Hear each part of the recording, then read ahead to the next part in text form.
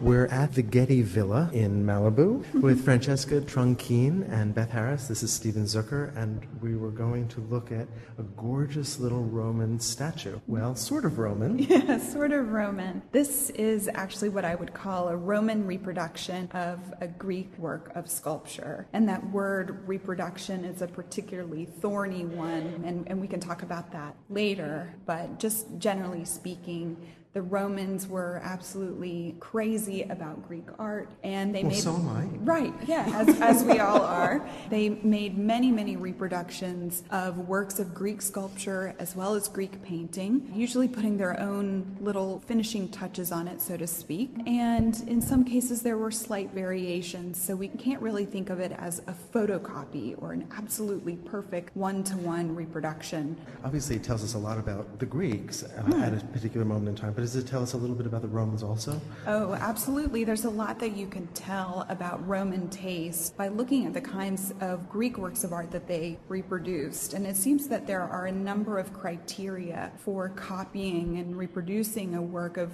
let's just keep it on sculpture for the moment. And one of those desiderata, so to speak, one of those motivations for copying a Greek statue would be that the original Greek statue was famous in some way, that there was some kind of notoriety associated with it, or if the sculptor of the original was significant in some way. And this piece that we're looking at here really packs a 1-2 punch. It's got both. It's got both, absolutely. First of all, the original sculptor was Praxiteles, who worked in the 4th century. And the work that we're looking at here... B.C.E., yeah. And the reproduction that we're looking at here, the copy, is probably from the late 2nd century CE. So about 600 years?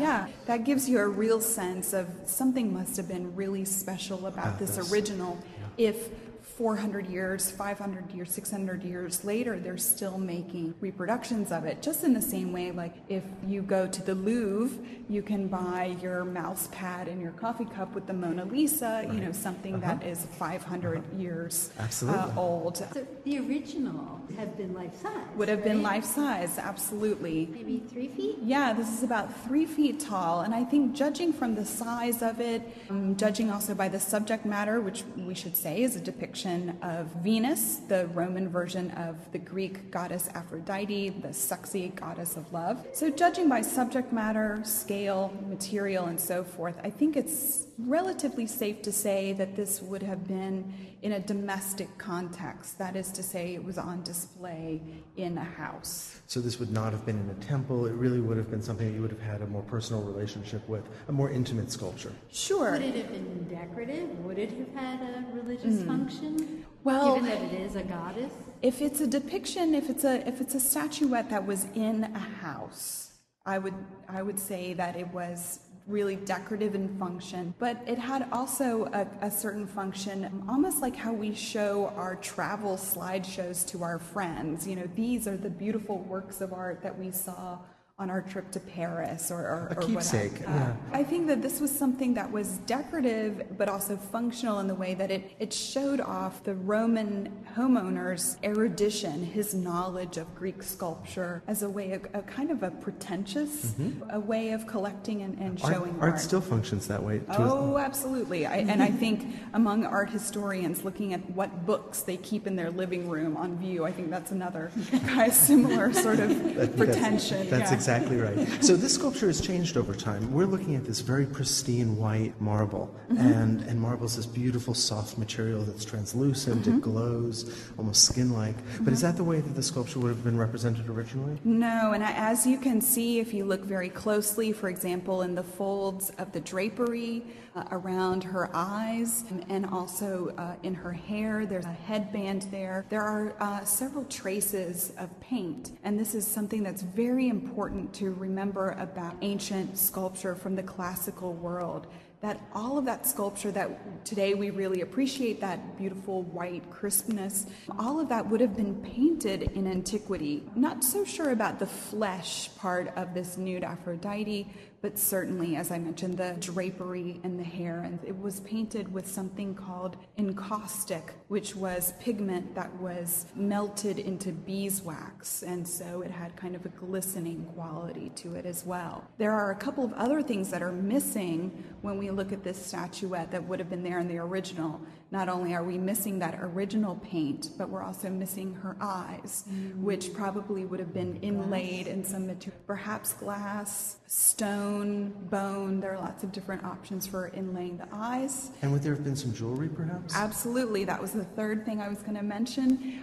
You can see she has pierced ears, and so we can imagine maybe little dangly gold earrings. So she, in a way, she would have looked so much more alive. Absolutely. Than she does now. Absolutely. And if you read some of the ancient testimony, ancient descriptions about sculpture in general, there are lots of cases of Romans and Greeks thinking that statues were so lifelike that they actually could come alive. And there are stories about statues that were chained down to their bases so that they wouldn't just walk off the base and walk out of the sanctuary.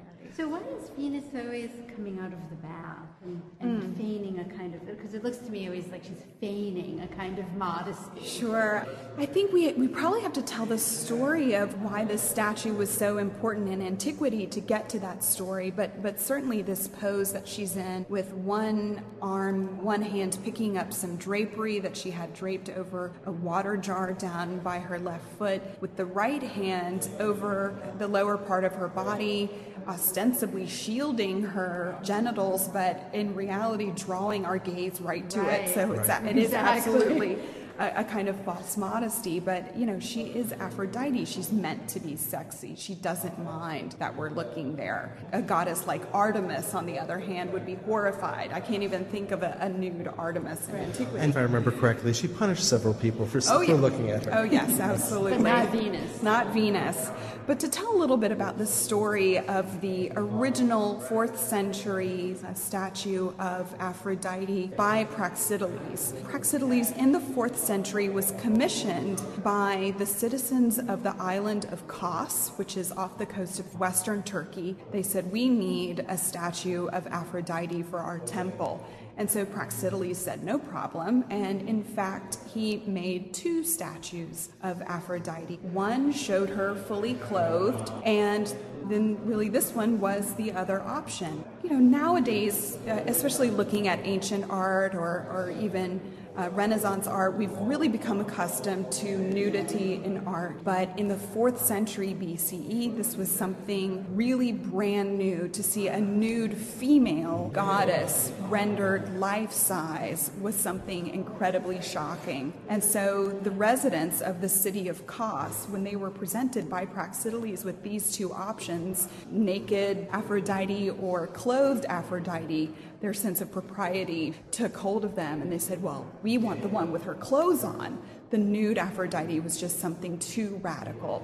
So the nude Aphrodite, which of course was the second choice, went to the city of Knidos, which is on the western shore of modern-day Turkey, so really just right across the water from Kos. It's interesting to know that we have many written descriptions of people traveling to Knidos to see Praxiteles' nude Aphrodite. We have scores and scores of reproductions of that statue, including the one that we're looking at here. We have no idea what the clothed Aphrodite What a surprise. Yeah, I think that tells us a lot about Greek art, about Greeks, about Romans, us. about travel, about us. Absolutely. Yeah, little has changed. Yeah. Well, that's terrific. You've really brought this sculpture alive for us. Thanks. Sure.